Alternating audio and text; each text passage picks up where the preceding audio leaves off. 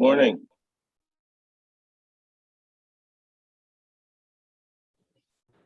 Good morning. Good morning.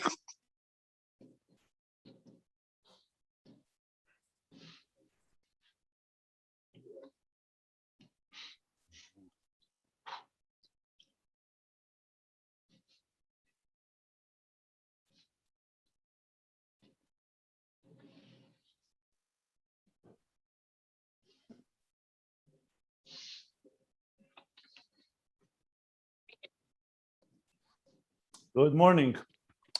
Hemshechayim Beis, Volume 3. We are at the top of page 1216. Okay.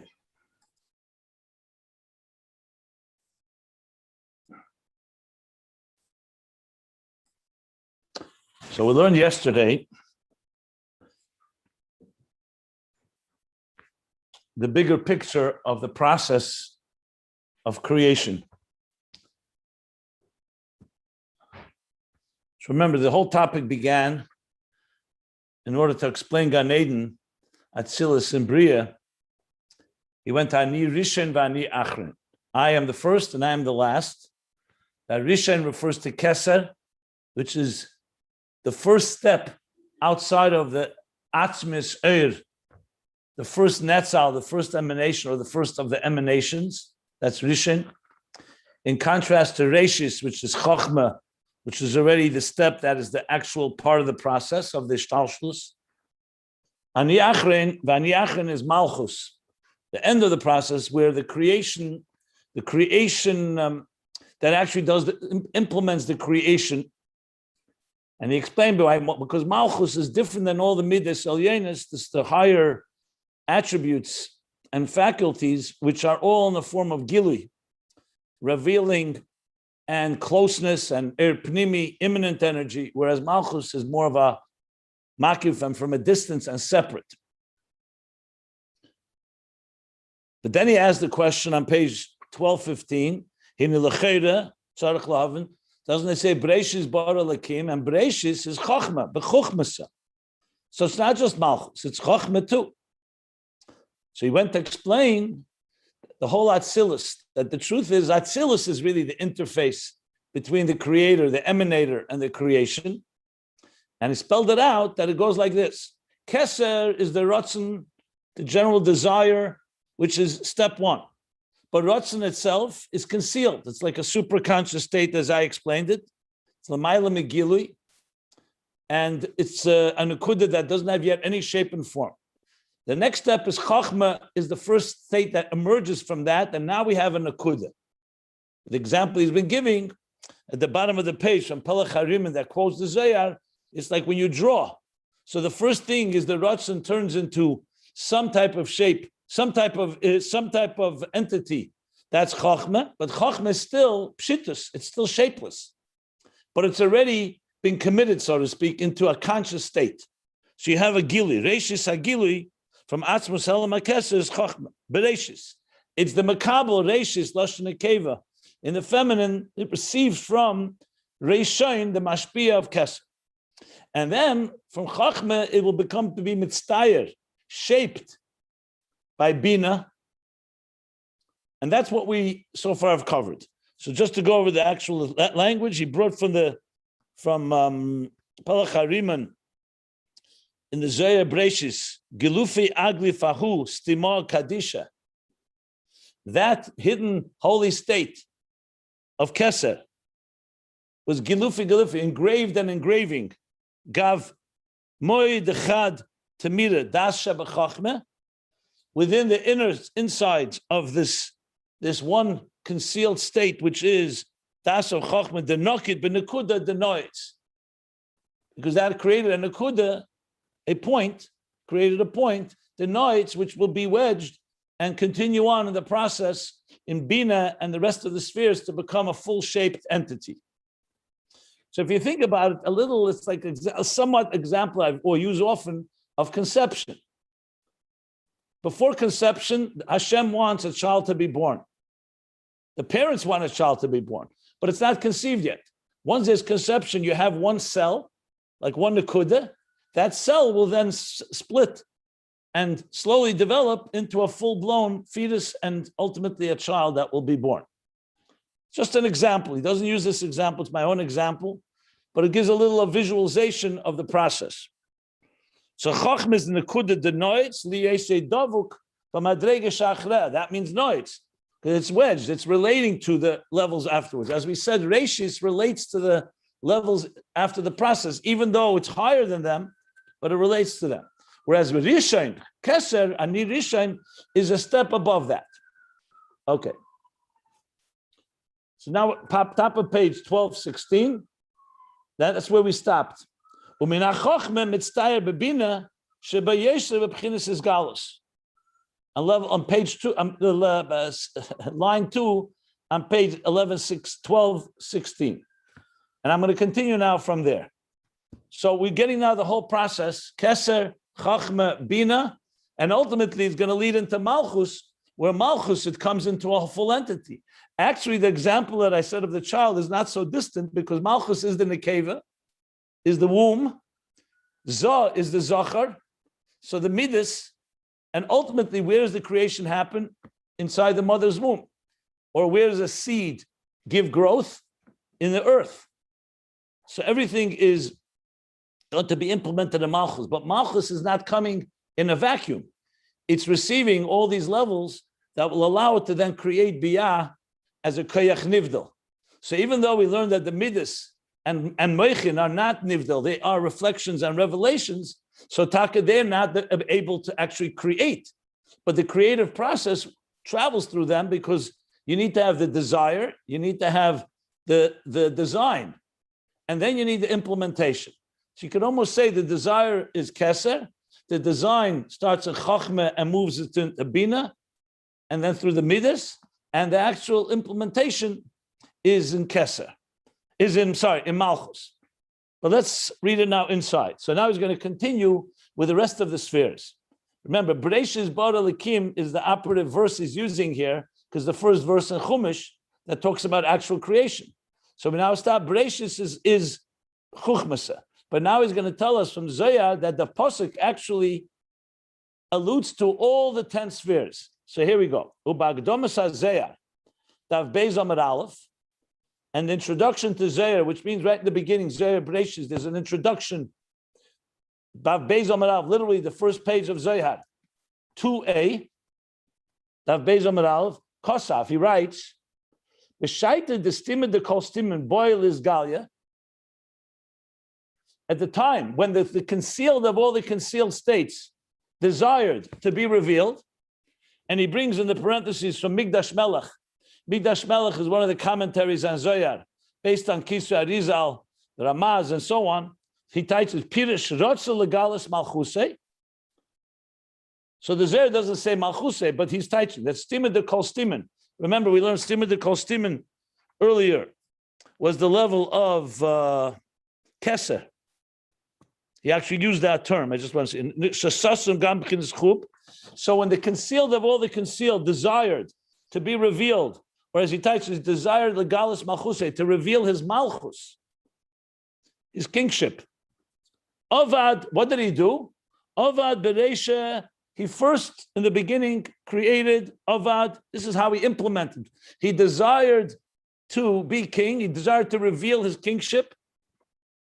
So he said the first thing he did was Avad bereisha nekuda chada. The first thing he did was create a nekuda chada, 1 point, one spark, 1 point. What is that? Abba. That's Chochma. It looks like the parentheses may be either the Rebbe Rashab's, but very likely it's the commentary, Migdash Melech, or other commentaries from Zohar. Then he goes on, and then Sayir Bo Kol Tziyurim. This is all Zohar. And in this nekuda, as I explained, an artist first makes a point, and in this point, he shaped all the shapes. He basically, he shaped all the shapes. He painted all the shapes, if you wish. We're not talking about paint here, but that's the idea. He shaped all the images, all the shapes. Al Yedei says in the parentheses, Tzayer, Ima, Vizun. Through the Tzayer, which is Binah. No, it was the shaper, like the artist Binah, Ima, which is Ima Binah, Vizun, Za and Malchus. So there we have the Nekuda is Chochma, Abba, and then he made all the shapes, which goes from Binah all the way to Malchus. Chakak Kol Galifin. And he engraved in it Kol Galifin. Galifin is all the engravings.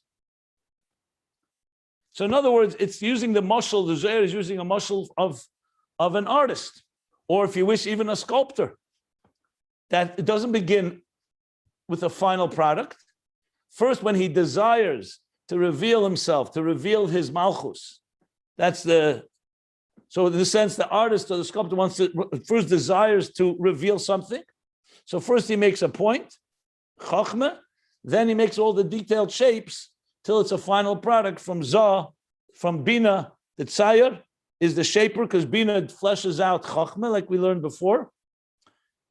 And then Malchus is the rest. Chesed Gvura Teferes Netzach Yesod is Za, and Nukva is Malchus.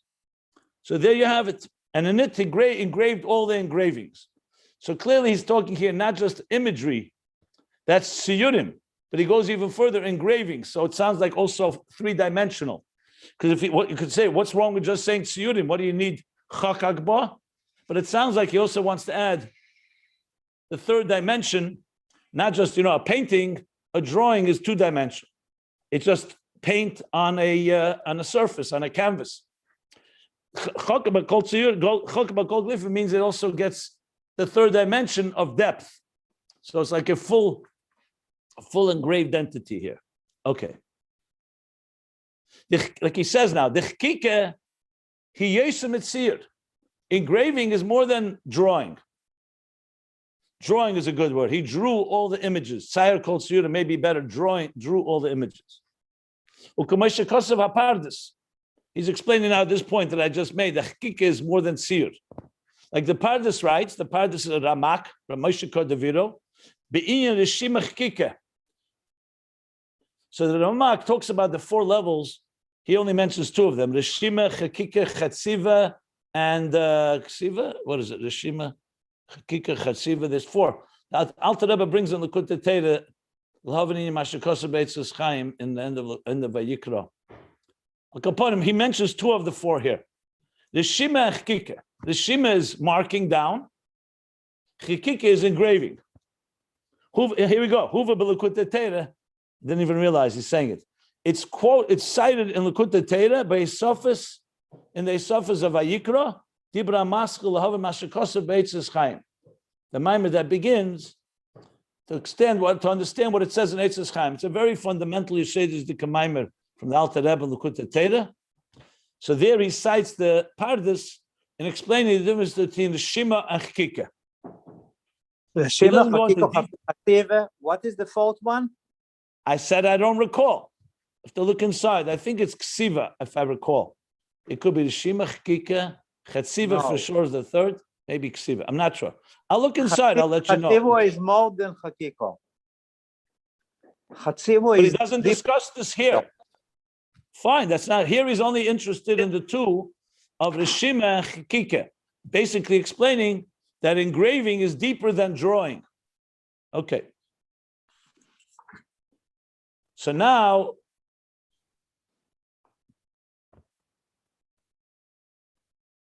we see from the Zohar develops this idea even further. The Rebbe Rashab here brought the Pelech Harimen, who quoted the Zohar in Bereishis about the shaping. Now he brought the Zohar Hagdama, and you see the full-blown picture here. So you have Stima Dechol Stim and Keser. From that you go to Chochma, which is the Nekuda, the point. From there you go to Tzayer, the drawing of Binah, all the way to all the shapes and forms to the point that which is Binah through Zah and Malchus, and then finally actually engraving it's engraved the engravings to etch. Even better than engraving, to etch the engraving. So to draw the imagery to draw the shapes, and to etch the engravings is more accurate translation. Okay.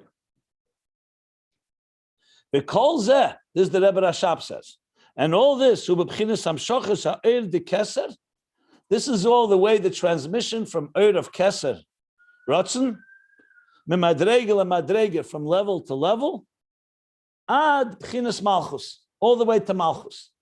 So now we start seeing how everything he was discussing from that initiation to Vani Achlin, the whole picture from Keser all the way to Malchus. Keser being the stima de kol stimen, where it arises the desire to reveal, and then all the way through Malchus. Okay. Malchus, and the actual Isavus, the actual creation, because all this is the preparatory stages. This is like when you make the plan to build a building or to paint a painting or to etch an engraving. So you need to have the will, you need to have the nakuda, the point where it begins, you need the shape and form, the design, the full design, and then Malchus is where the Isavus actually happens. So now it's actual implementing, like I said before and discussed in detail. So now you have the whole picture. So basically, Malchus that creates is informed by Bereshis Bara, which is Chochma, and all the other spheres, as he's going to say right now. Yesh Leimer. And we can say, the Zeu, the Acher Emre Bereshis Bara Lekim. So he's going back to the Pasuk. You can say that after it says in the Pasuk, the first three words, Bereshis Bara Lekim, Es HaShamayim. No, I'm sorry, I didn't read it right. Yeshlema dezeu the achar emre bereshis bara lekim es hashamayim. That after bereshis you're saying bara lekim es hashamayim. The merumas bezeh, because till now we talked only about bereshis, chochma. So he says merumas bezeh in this pasuk after bereshis. The word bereshis in it is hinted or alluded to. Kola es spheres d'Atzilus, all the 10 spheres of Atzilus. Zeir has different sections. One of them is called Tesefta, which means like Tesvis, like an additional element. So in the Tesefta and Zeir Breshis, he gives the page, Daf Lamed Aleph Amud Beis, 31b.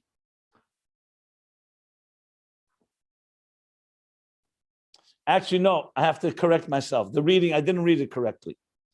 That after he says Bereshis bara lekim, which in this is indicated, changing the niggin a bit.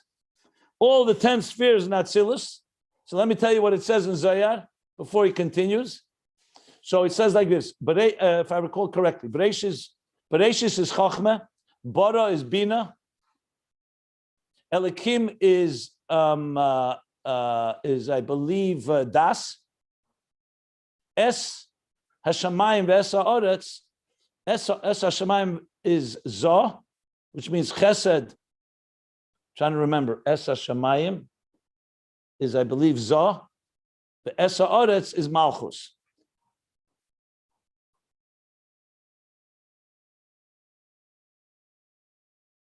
I think that's what it says there. I'm just trying to remember. Bereshis bottom.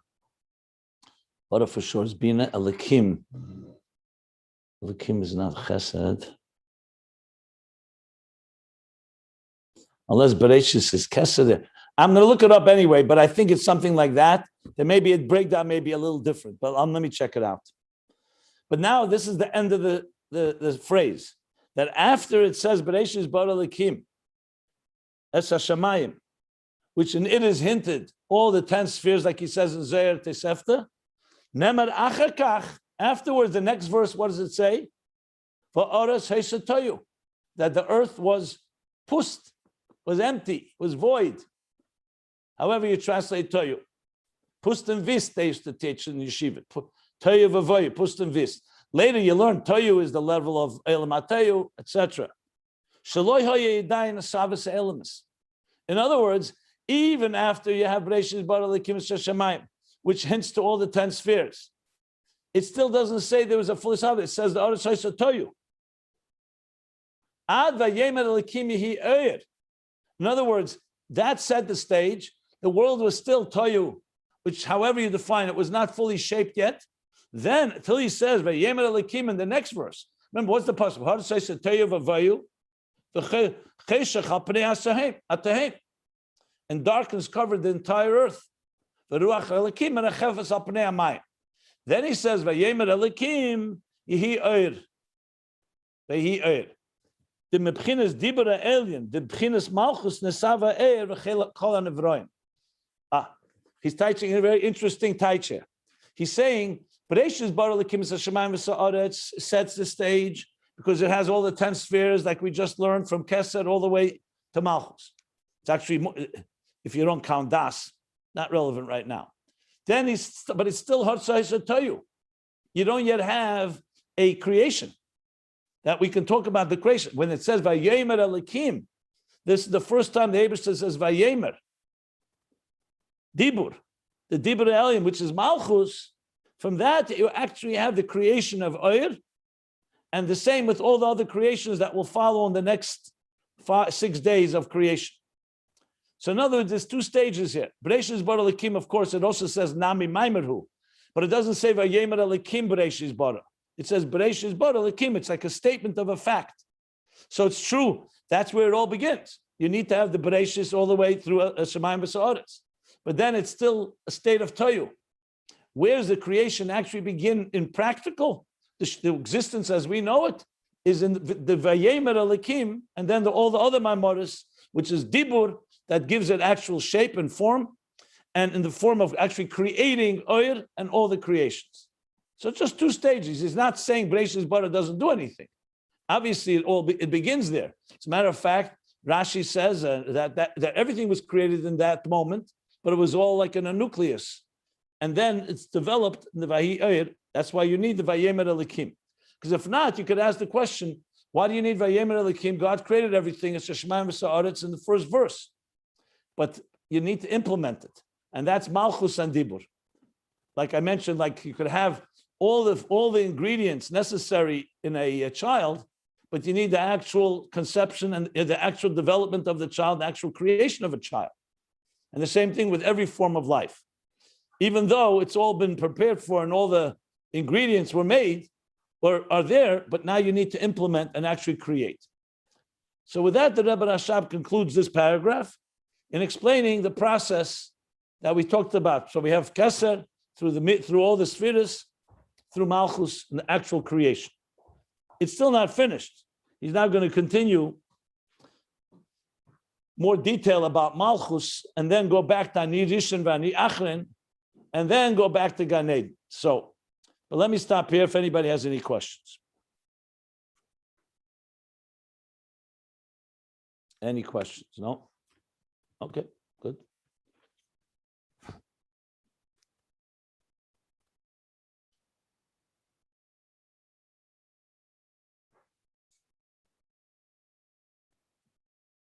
Okay. So let's continue now. V'hinei, and now. Malchus gamken klulam esespheres. Malchus is also encompassed of 10 spheres. So we've been talking about the spheres right now in terms of all the spheres, but we know each sphere encompasses all the spheres. You see that in Spheres Eimer. Chesed sheba chesed, Gvura sheba chesed, Chesed sheba malchus, Malchus sheba malchus. So we see that all the spheres have iskalus. So he says now, the level of malchus is also encompassed of 10 spheres that are in malchus itself. So he's going to explain what that means. Ubchinas keser malchus, when we say keser malchus, the keser within malchus, ubchinas harotzen lemelucha. Because keser is rotzen. Malchus itself is the actual entity called melucha, kingship, sovereignty, leadership, hisnasus. What's keser within malchus is the rotzen lemelucha. Like we learned before, the Migdash Melech, rotzen legalis malchuse, the rotzen, the desire of melucha. Now, of course, you could ask the question, what isn't that keser of Atzilus? So obviously, keser of Atzilus is the keser, the rotzen for the whole, for everything that Atzilus represents, including Malchus. But in Malchus, more specifically, it's the rotzen for Malchus, just like keser sheba chesed would be the rotzen to do chesed, the desire to do kindness. So this is now breaking it down, the keser within Malchus, ukamoyel derech mashal. And he gives now an example, like for example, Hamelech shemachtirim meise b'keser Malchus, when a nation appoints or chooses and accepts a melech, they crown him with a crown. The coronation of a king is what? You put a crown on his head, which represents the acceptance of the coronation of this king as king. So what does that mean? What is that in the context? What is that in context? It says, boy, that when you coronate him with a crown of Malchus, the kingly crown, you're awakening in him, stimulating within him haratzon l'melucha, his desire to be king. Now, again, I always qualify this because, to be honest, personally, we grew up with an environment where kings were always seen as a negative. They were always seen as tyrants and as despots and people who were in control, and very often not in a good way. But you have to remember, when the moshalim that Torah gives on king, you have many in the Medrash that says mashal l'mor hadover dema l'melech b'asav adam. So very often you have the example of a king. Obviously, he's talking king as an example for kingship of God, a true king, which is not just a benevolent king, but a king that is completely embodies bittul, humility, selflessness. Like the Tzemach Tzedek explains in a beautiful Maimer Derech Mitzvah Mitzvahs Minei Melech, the mitzvah of appointing a king. When the Torah says Sum Tasim Alech Melech, that you should appoint a king, it's not talking about a tyrant. It's talking about a person who will be like an example of what God wants in this world. A person who's completely dedicated to God, and a person who's takim shichmim memayla gavoyim kolam is made of a higher quality, like a Rebbe.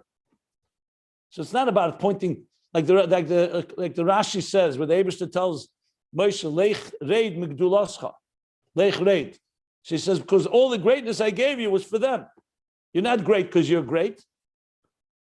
Special souls that have the ability to be examples of that nature. Shevet Yehuda was given that blessing. So from Shevet Yehuda come the Malachim. Beis David, Mashiach. So these are all not states of, God forbid, arrogance or greatness because they just happen to be great. It's the utter bittul, and that's what Malchus is. So I always qualified because I never want to leave any room that this has anything to do with all the negative connections, associations with kings that we are aware of. And it's also not a symbolic king. It's not like the King of England or the Queen of England or something like that. We're talking a true royalty, divine royalty. And that's why you make a bracha when you see a king, because the Eibishter gave from his Malchus to the Malchus of a king. So, okay. So now when we talk about that, so when we're machtir, when we coronate a king, like it is on Rosh Hashanah when we coronate God as king, what is the point? It's not just you put a crown on his head. By doing so, you're awakening in him the desire to be king. And we ask for that. We want God to be our king. When I say king, not because we want God to be our authority to tell us what to do. We want to have a relationship with a higher reality. That's what it means. When an am is submitting itself and accepting king, kablu malchusai, we're accepting his kingship, his sovereignty. We want to be connected with the source of all existence, with the creator. So that's a context that we're discussing here. So how do we do that? Like it says in the Gemara, that's why that's what Rosh Hashanah is about, and the shefer and so on. And how do we do it? By blowing shefer. Shefer blowing is a form of coronation. It has other reasons as well, but one of it is like coronating the king. But what's the goal? Like he says, it's to be shema'edim. Through this, we awaken and stimulate the Ratzon for Melucha. In Chassidus, in the Siddur of the Mittler Rebbe, he explains, because every Erev Rosh Hashanah, so to speak, that it expires. That Ratzon that God had to continue to lead and govern this world goes back into a comatose state until the tefillahs, the prayers, or Shefer and Rosh Hashanah, when we reawaken the Ratzon and everything is renewed from the root, from the source. The Ratzon l'melucha, and then from the Ratzon comes, of course, all the other spheres. But you don't have the Ratzon working if God doesn't want to be king, or you don't have a Ratzon Goli to be king and lead, you're not going to have anything else. It has to go back to that. So he's explaining Keser Malchus, the Keser within Malchus is this Ratzon l'melucha, the example being here the coronation of a king. Now, he says like this, So what do we need to? Why do we need to awaken that? The ima yes sheyesh by inyan ha'isnasus mitzad atzmai. And even though he has his snasus mitzad atzmai, God doesn't become great, or in this case, the king is not great because we crowned him. He's essentially, his personality is one of his snasus. He's of a different caliber. So what's this point of why do you need his Chassidus? Why do you need to awaken something? He says, because harizeh behelam ba'atzmei. So even though he is that type of entity, but it's concealed ba'atzmei within him. In other words, it's like al derech what it says in Zohar, that the Talmidei Rashbi, the students of Rashbi, praised him. They gave him praise. You're a chochem, you're a Baal Chesed. They gave him many different things. So of course the question is, what does he need praise? Rashbi needed compliments. I mean, so Chassidus explains that by praising him, they reveal in him those qualities. So let's say your teacher, who you love dearly, is for whatever reason in a state where he's like removed, and he's not teaching. So the students come to the teacher and say, "You're such a great teacher. We've learned so much from you." It's not to flatter him or compliment him. It's to reawaken his conscious connection to the qualities that he has. Now, whatever the reason, we're not getting into why it's concealed, but it is concealed. And this is true on many levels. There are many qualities and skills we have that we ourselves don't even know about. Then somebody recognizes, you ever hear somebody says, I recognize the genius in this person. I saw he played piano, and I saw he sang a song, unbelievable. The person themselves are not even aware yet that they have that talent. But another person recognizes it, starts eliciting it from them, either through compliment or through awakening it. So in other words, the mashal here, of course, you could ask the question, does God need awakening? We'll get to that shortly in the nimshal. But let's talk on a human level right now. On a human level, it's a very common thing. Good teachers will do this with students. They see a student that has great potential, and the student, for whatever reason, is lazy or lacking confidence or not expressive or whatever the reason may be. And the teacher sees the quality, and the teacher will challenge the student. Try to do this, give him an exercise, prod him on, like a good coach. What's happening? The talent was not created by the teacher or by the coach, but they're eliciting it and bringing it forth. They're bringing it forth and revealing it. So there's a state of helam ba'atzmei. V'achtorehi his galos hayisnasus shabod b'chinas rotzen limlech. The coronation, the Keser of Malchus. No, it's not just Malchus itself. The Keser of Malchus is creates the revelation that this is snasus that he has on his own, gets revealed and manifests in actual rotzen l'melucha. So now the king says, okay, I agree. In Tafshin Yud, the Frierdiker Rebbe is nostalgic 71 years ago. The Chassidim wanted the Rebbe to be Rebbe. The Rebbe said no. He's not shayach, he's not worthy. He doesn't have all the different reasons the Rebbe gave. Not getting now into all the deeper factors, just a simple on the surface level. And Chassidim wrote to the Rebbe, we need a Rebbe. The Rebbe wrote, a Rebbe, you know what a Rebbe is? Someone has to have shlemus and keches hagluyim and keches nelomim and keches hiyulim and keches atzmim. A ganze, anyway, many, many different things, back and forth, back and forth. And after a year, people felt something, but didn't know yet what's going to happen. Yud Shvat, 70 years ago, Tafshin Yud Aleph. So the Rebbe had a Farbrengen, the first yard site of the Frierdiker Rebbe. And in the middle of the Farbrengen, one of the Chassidim, Rabbi Nemtsov, stood up and said, enough sichas, we've heard enough sichas, enough talks. We want a maimer Chassidus, we want a maimer from the Rebbe. A maimer is a symbol of a Rebbe. To say a sicha, every chassid could say, so the Rebbe Farbreng before Tafshin Yud, before Yud Shvat. But a maimer was symbolic of, not just symbolic, it was the Rebbe accepting the Nesius, so to speak. So what, the Rebbe was not a Nasi before that? He didn't have the quality? Something happened in Yud Shvat, Tafshin Yud Aleph. The quality was there, but it was concealed. Maybe even from the Rebbe himself, to some extent. And when the Chassidim, or Me'er Asusa de Latata, and they demonstrated, first of all, that they wanted, and second of all, that alone awakened his ability. Again, I don't know all the deeper reasons inside. We're talking here, like he says here. So suddenly this hisnasus, which is the exalted state of a melech, becomes revealed, and the coronation, crowning him, actually reveals his desire and actualizes his desire to be that the melucha. So that's just a contemporary example of this process. So that's what Keser Malchus is. Then he continues. However, even this Ratza Melucha, the Ein Za'adayim b'Bchinas Hisnasus al Am Mamish. This is just the desire. He's not ready, and he's saying, I will want to be. I agree to be, I will be this thing. But it's not yet Hisnasus al Am Mamish.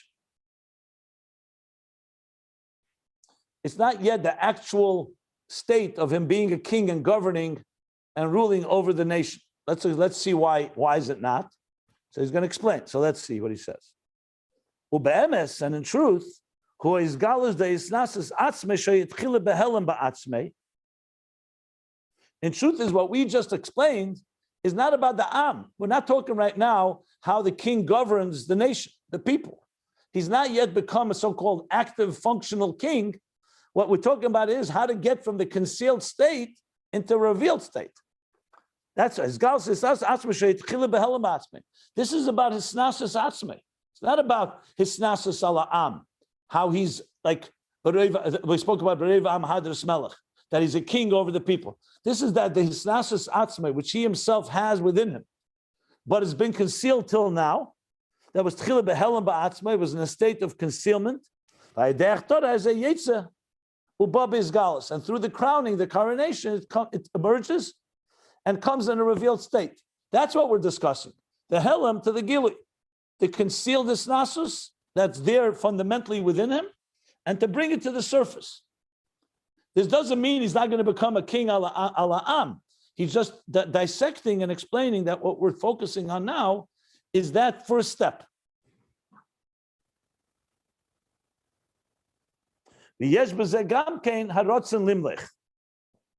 So he says, in this else, you have another aspect, which is desire to be king.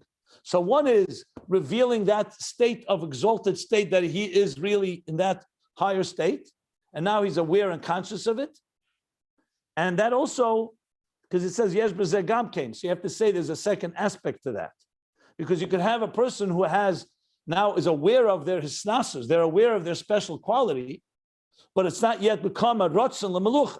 So he says, no, and this is also the rotzen that he desires. I'm going to give an example. I'm going to go back to the example I gave with the student, because I think it helps make it very relatable. And I've seen this many times. I myself am involved in this a lot. You see a student in a class, and you see that he has a lot of potential. You could tell, especially someone who's aware and understands. You see potential, but you see the person has no confidence. Whatever reason, that child or student doesn't have confidence. They don't believe in themselves. And of course, you could just start yelling at them and saying, why don't you believe in yourself? Look at the qualities you have. We know that doesn't work that way. There's a reason they don't have confidence. It could be maybe at home they're criticized. Maybe other people beat them up. I don't mean physically, bully. There's a lot of reasons why a person with great qualities should feel not confident.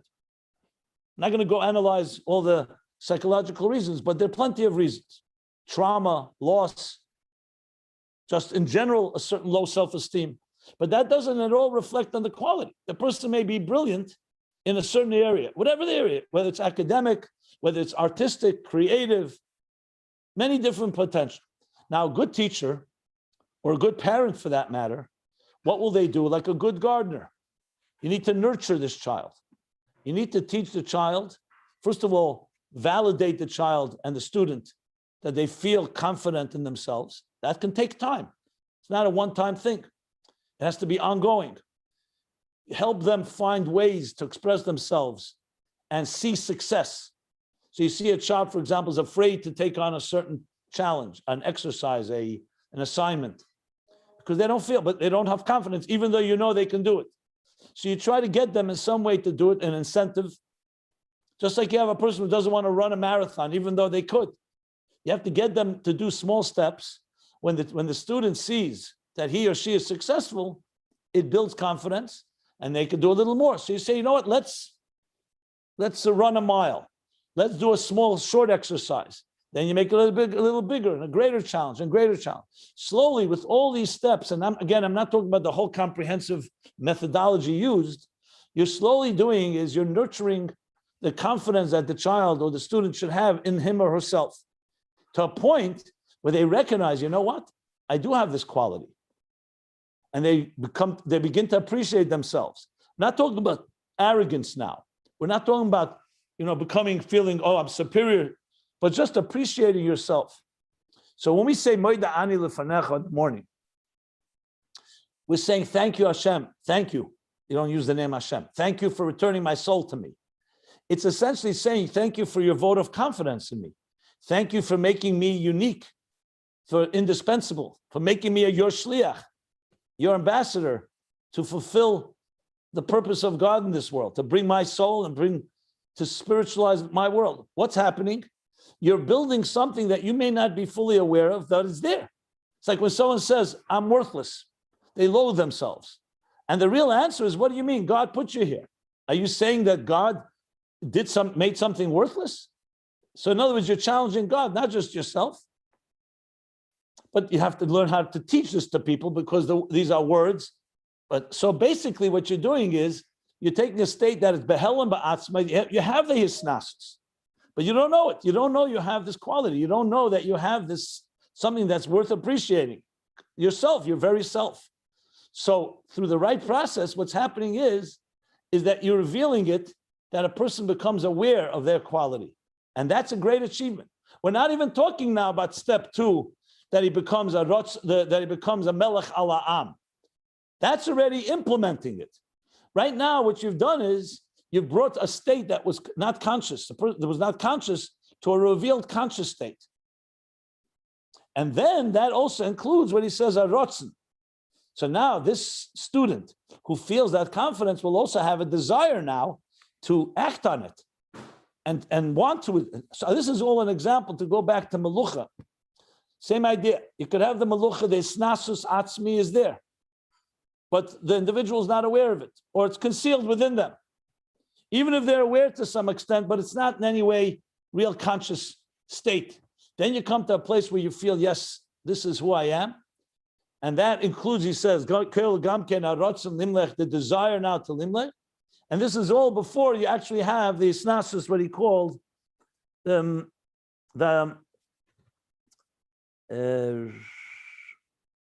Snasus al-am mamish. This is all within the Melech himself, a process of going from a concealed to a more conscious, revealed state and desiring to be king. Now, I was going to break it down and the detail, but I thought this example would help make it a little easier, because again, Malchus and Snasus, you need, even though we can understand it, but it's still a level that is quite exalted, no pun intended. Okay. Does anybody want to ask anything? Let me stop for that, and then we'll continue. So now he says, Uba Proteus, who Beis Inyanim, Shenasa al de'achtar. So the Rebbe Rashab clearly is breaking it down, dissecting it. So in detail, when you break it down, there's 2 things that happen through the crowning, through the coronation. Which, remember, the coronation is a symbol, is an actual act. You coronate the king and place the crown on his king and accept him as king. But it's much more than that, as we're saying here. It's an awakening within him. It's not just an act. It's a whole process here. So he says that in truth, in detail, there are 2 things that happen through this coronation. Ha'echad, 1, first, his galus b'chinas hisnasus atzmei, the revealing of this hisnasus atzmei, his self, his exalted state of self. Shenasim mugba umarumam ba'atzmei b'izgalus. That he, within himself, like I said with the student, within himself feels now, in a revealed way, mugba marumam, above and beyond, above and exalted. Mugba is like from the word gavoya, higher, and marumam is like Remamus, exalted. I used another word, grandeur, maybe, but okay. Ba'atzmai bizgalus. So before, that's the first thing the Haftarah does, what we just discussed. That's number one. Beis is the second thing we just talked about. Harotzen limlech. Not just that he feels that, but there's now also an active desire to govern. In other words, to express that isnasus in an actual way. B'bchinas isnasus al am. The Ratzon to be isnasus on the nation that he is king over. But as we just said, the Gama Ratzon Hazeh, even step 2, which is already a step closer to leading the nation, it's still not the actual governing, it's the desire to govern.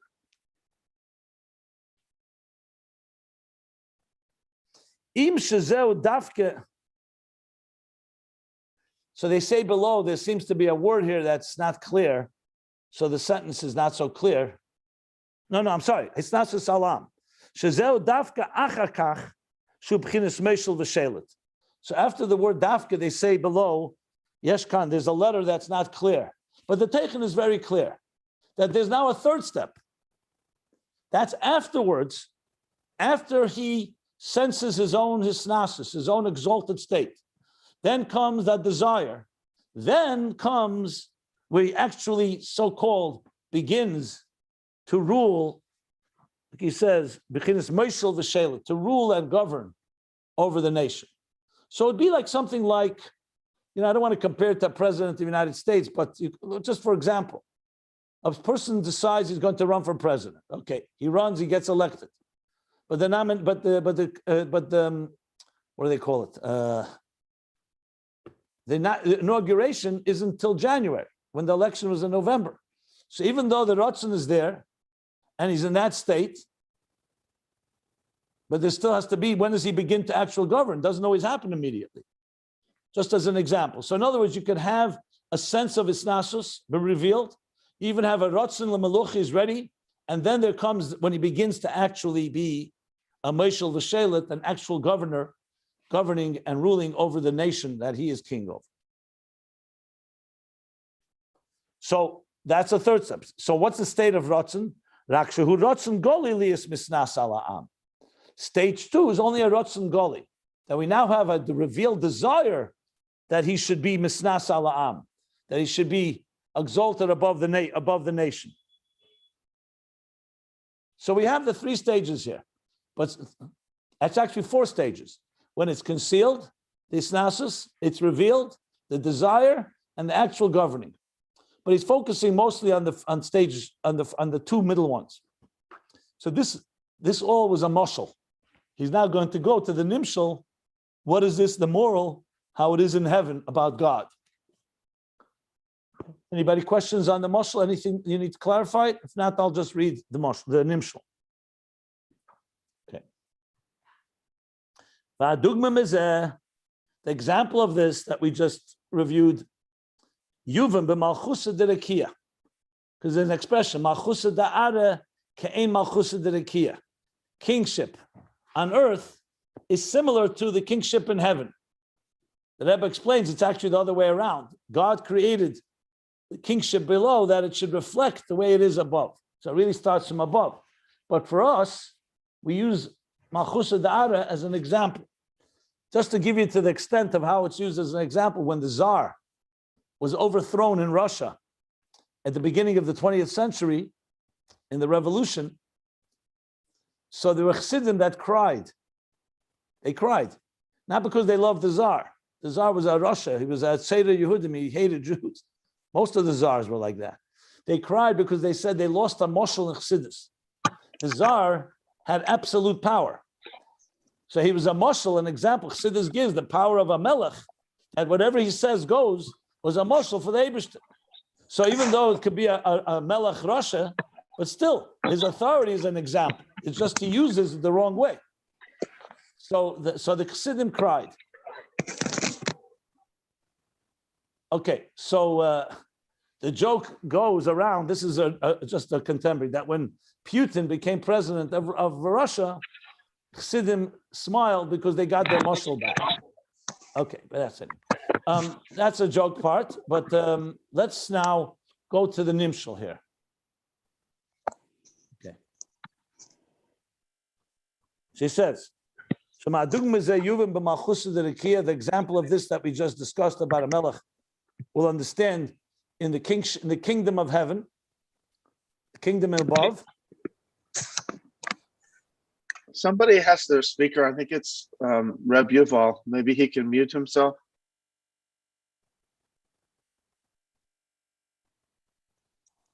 Okay. Says here's the dogma.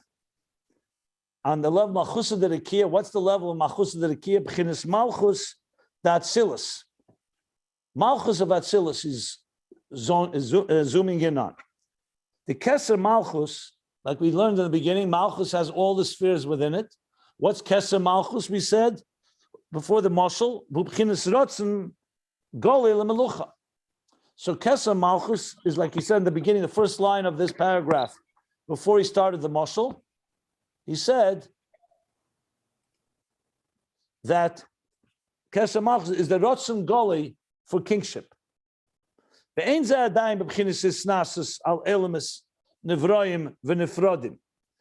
It's not yet a state of actual reigning over with a G, reign, E-R-E-I-G-N-I-N-G, reigning over the Elemis Nivroim, the worlds, the creations, the Nifrodim, and the separate. Because remember, an Am has to be separate. You can't be a king over your children or over something that's in your own realm, domain. So it's not that, it's the Rotzen Goli. That's what Keser Malchus is. That you now have a revealed desire. Like he said, the step that comes after first that you reveal the Isnasus, the revealed desire, but it's not yet actual reigning over. It's not yet implemented. V'hainu,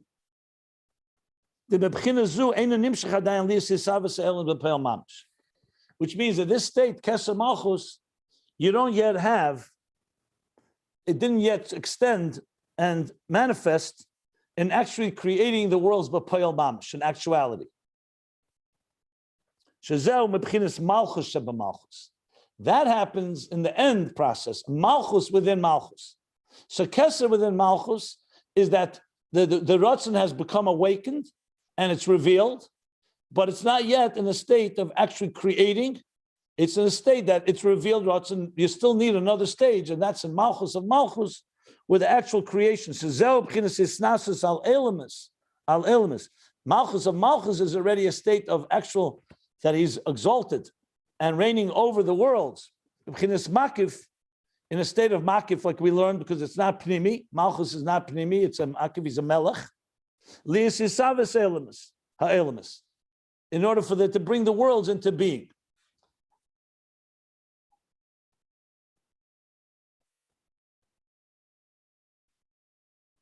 But the desire for kingship, Keser Malchus, it's only the desire to be in that state, meaning a state that is above the nation. But it's not yet actualized. Let me just explain a bit, because above it's a little hard to understand without this introduction, which we actually discussed at length when we learned in volume 2, and we learned about Rotzen, the development of the God's desire before the Tzimtzum. So remember, we're not talking here about, like, all the examples I gave before about a student and about a king, human examples. There, it's all based on a premise, because the person who's talented that I gave the example is not confident or is not aware. But how could you say that about God? God is not confident, that he does not confident in his own malchus and his own ability to be God. He's not aware. It sounds like it doesn't fit. It works very well below. Yes, a human being is a limited mortal human being. We all have our challenges, and therefore something could be, you could have isnasus atzmi because you're a chelik elakam and mal mamish. your godly soul, but you don't feel it for whatever reason. It's concealed. But how do you say that by the Eibishter? So this is vital to make this point. I made it many times, but you have to keep saying it again and again until you really get it. Remember, by the Eibishter, it's the exact opposite situation. By us, it's a weakened state that becomes revealed, so to speak. By the Eibishter, he's above consciousness. He's above awareness. The very statement to say that God wants something is a problem theologically. What do you mean God wants? And what was the state before he wanted? You have to go into a whole thing. So before was there a change? And what does it even mean that he is shaped in a particular ratzon? What does it even mean to be a melech? By us, a melech is our special thing. Human beings, we have all our challenges. We need a king to be a role model. We need a Moshe Rabbeinu. We need a Rebbe. But God doesn't have any of these needs, and he's above the whole concept. He's even above the concept of a melech altogether, let alone all the details involved. To put it in simpler terms, atzmus is undefined by anything. Any definition. To say that he's a chacham, we can't say he's a chacham. We say chakim b'lei b'chacham yediyah. You can't say he's not a chacham, so we say he's a not chacham. In other words, you can't say he can do it, but you can't say that he's a chacham because you can't define him. The famous machlek is between the Maral, the Rambam writes, Hu ha-yedeya v'hu amada v'hu ha-yedua, that God and his knowledge are one. Says the Maral, what kind of yedeya? Yedeya is already a state, a structure. And this is a big, big issue in Kabbalah. Actually, I'm just teaching this now in Tanya, in the Haggadah and Perik Beis, where he says that the Mukabalim agree with the Ramak. The Ramak agrees with the Rambam that the Eibishter is one with his Hu v'chachma she'echad, and even the Arizal says so only after all the Tzimtzumim, but not higher than Atzilus, the Alter Rebbe writes. Why?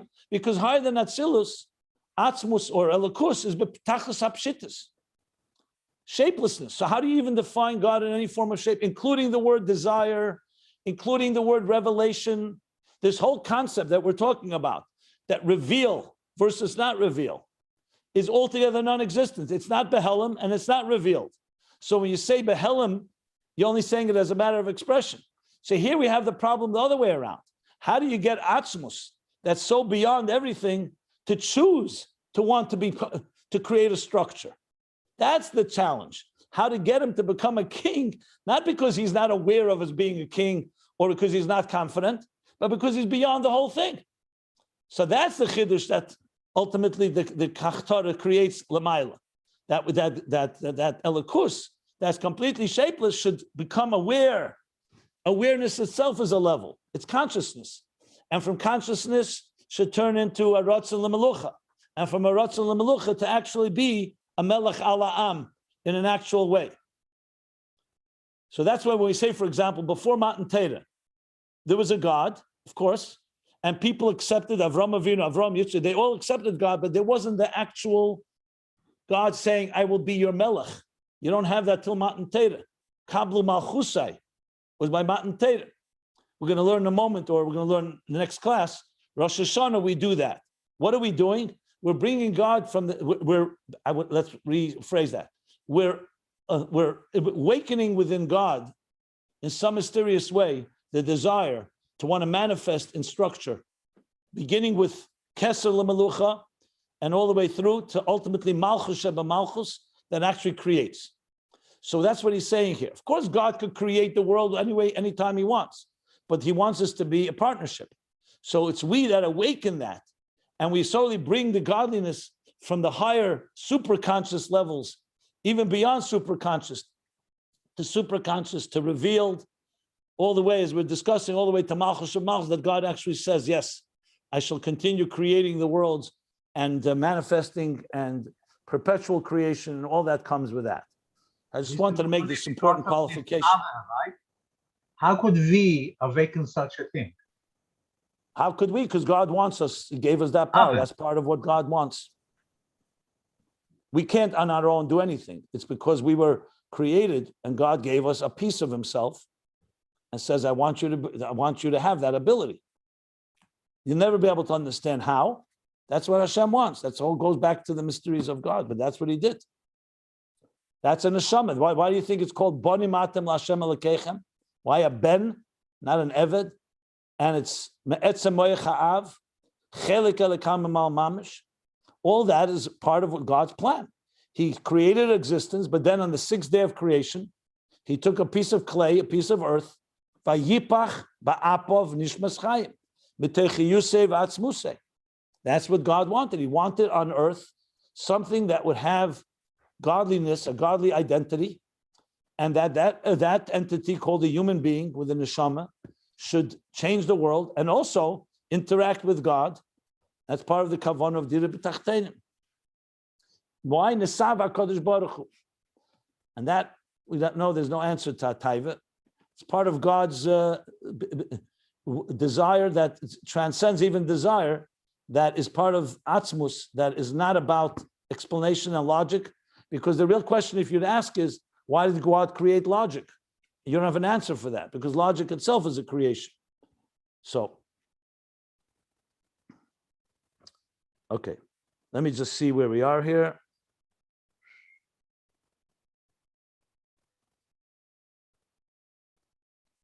I'll just read one more line. Like the level of Keser that we draw down on Rosh Hashanah. On Rosh Hashanah, the main thing is to get God to want. Kineda, as it's known. That's why we say HaMelech HaKodesh. Kodesh is muvdal. It's like removed, but we want him to be a Ratzon for Melech. The Gam Shazau is Gal is B'chinas Isnasus Atzmei. So now he's going, and also Rosh Hashanah is that reveals the Isnasus Atzmei of godliness and the Ratzon. Here we went the opposite order than first is Isnasus Atzmei, but both elements, that's Rosh Hashanah. Kabbalah Shel Malchus Shamayim. The actual implementation begins after Rosh Hashanah, even though Rosh Hashanah also has mitzvahs, but the main focus of Rosh Hashanah, the mitzvah Sayim, is the coronation, the Keser Malchus, to get God to manifest in a revealed state, a revealed desire. And then from that will flow the rest. Okay, I'm going to stop here because he's going to, of course, go deeper into this now. And let's hear any questions.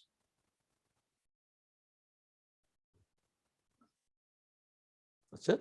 No questions. So I think Atzmi is higher than the Rotzen, right? Even though that the Rotzen is also not Rotzen Lemlucha. It's a Rotzen Lemelucha. It's not actual governing over the Am, but it's a Rotzen Lemelucha. Before that, higher than that, is the Gilui of Isnasus Atzmi. Yeah. Shaul HaMelech is a good example for the stages. I'd say before there was no Ratzon for Melucha, and then after there was no, in the end, he didn't want to give it up. You mean as a person who didn't have the bittul, you're saying? Once Shaul became king, he had this Ratzon for Melucha and this Ratzon to be Maishal V'Shailet. Before that, there wasn't there. Every king, every true king is going to have these two stages. If somebody wants it too much before they get a Chassidus, it's not a good sign usually. Look at Korach and Moshe in this parsha. Korach wanted it, and that's it. He asked for it. Moshe refused every time when God said to him become Moshe, he didn't want. He kept on saying no. Yeah. So, yeah, but that's already into the area of bittul and the real true king, not a true king. Yeah. Rabbi, I have a question that covers like the past several pages of Ayin Beis. Here we're dissecting the process of creation, how it, like from the very beginning, how does the Seder Hishtalshelus come into place itself, and then of course how does it go from there? And he's dissecting it very meticulously, the Rabbi, almost as if it takes time for all these things to kind of come about. But as a practical matter, you can say kiviyachol practical, because this is all ethereal. I get that. it seems like it would all have to be happening at the same time. God doesn't need time per se. He's not even bound by time for all these things to happen. So when we're going through this and dissecting us, first you need this, and then you need this, and then you need that in order to set up a Seder Yisrael, in order to give rise to creation, and this step to this step to this step. It's explaining how it's all structured. But as far as the reality is concerned, is it fair to say this is all essentially happening in a split second?